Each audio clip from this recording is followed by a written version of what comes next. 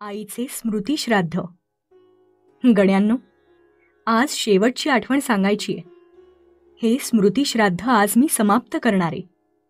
माझ्या हृदयाकाशात स्मृतीचे अनंत तारे आहेत. त्यातील ठळक ठळक तारे मी दाखवले. आज उरलेला एक ठळक तारा दाखवायचाय. माझ्या आईवर बाया माणसांचे प्रेम होतेच, परंतु पशुपक्ष्यांचेही होते. मोऱ्या गाईवर आईचे व आईवर त्या गाईचे किती प्रेम होते ते मी मागे सांगितलेच आहे. आता मांजरीची गोष्ट सांगायची आहे. मागे या मांजरीचा उल्लेख मी केलाय. तिचे नाव मथी. मथी आईची फार आवडती. आईच्या पानाजवळ जेवायची. इतरांनी घातलेला भात ती खात नसे. आई जेवायला बसली म्हणजे मथी जेवायला येई. मथी नेहमी आईच्या भोवतीच असायची. आई शौचास गेली, विहिरीवर गेली तरी मथी बरोबर जायची. आईच्या पायात शेपटीचे फलकारे देत नाचायची. त्या मांजरीची आईवर फारच माया होती. माझ्या आईचा तिला आतोनात लळा होता. आईचे आजारपण वाढत चालले तसतशी मथीही नीट खाई पिईनाशी झाली. आईच्या हातचा कालवलेला भात तिला मिळेना. इतरांनी दुधाचा, दह्याचा, तुपाचा भात तिला घातला तरी ती 2 शिते खाई व निघून जाई. आईने नुसता भात घातला तरी त्या तिला दूध तूप भरपूर मिळत असे, परंतु इतरांच्या दुधातुपातही तिला रस वाटत नसे. ज्या दिवशी आई गेली त्या दिवशी ती सारखी म्याव करीत होती. जणू तिच्या प्रेमाचा ठेवाच कोणी नेला. तिच्या खऱ्या दुधातुपाची नदीच कोणी नेली. त्या दिवसापासून मथीने अन्न पाण्यास स्पर्श केला नाही.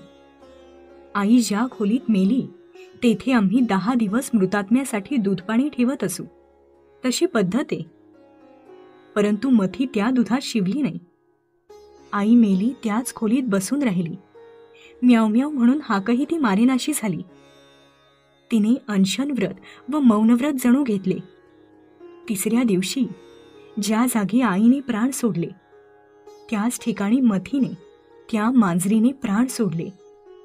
माझ्या आईची मांजर आई पाठोपाठ गेली. माझ्या आईच्या प्रेमाशिवाय जगात जगणे तिला विषमय वाटले. आमच्या प्रेमापेक्षा मांजरीचेच प्रेम आमच्या आईवर अधिक होते.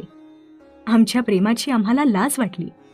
मी मनात म्हटले, आई, माझे तुझ्यावर प्रेम आहे असे मी कोणाच्या तोंडाने म्हणू?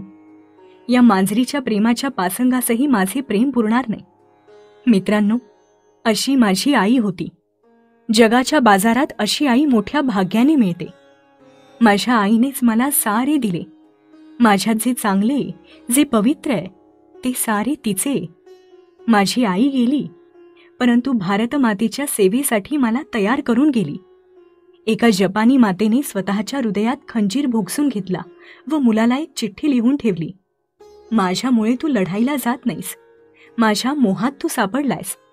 तुझ्या मार्गातील मोह मी दूर करते. माझ्या आईच्या दिव्य दृष्टीला असेच दिसले असेल. हा श्याम माझ्या मोहात गुरफटेल. फक्त माझीच या 3.5 हात देहाचीच पूजा करीत बसेल असे तिला वाटले असेल.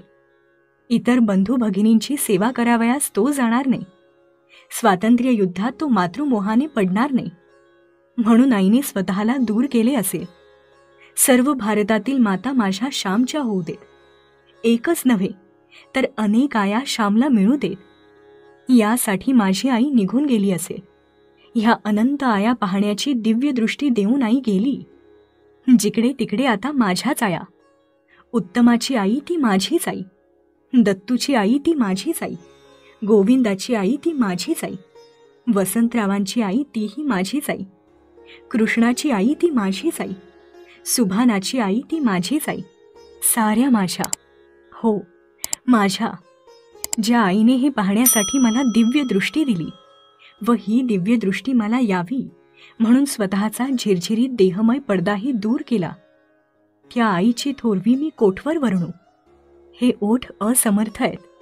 ते प्रेम, ती कृतज्ञता, ती कर्तव्यबुद्धी, ती सोशिकता, ती मधुरता माझ्या प्रत्येक कृतीत प्रकट होवो.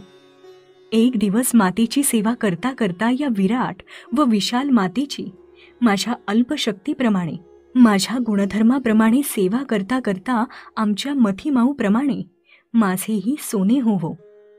माझ्या आईचे सोने झाले. तिच्या श्यामचेही सोने होवो.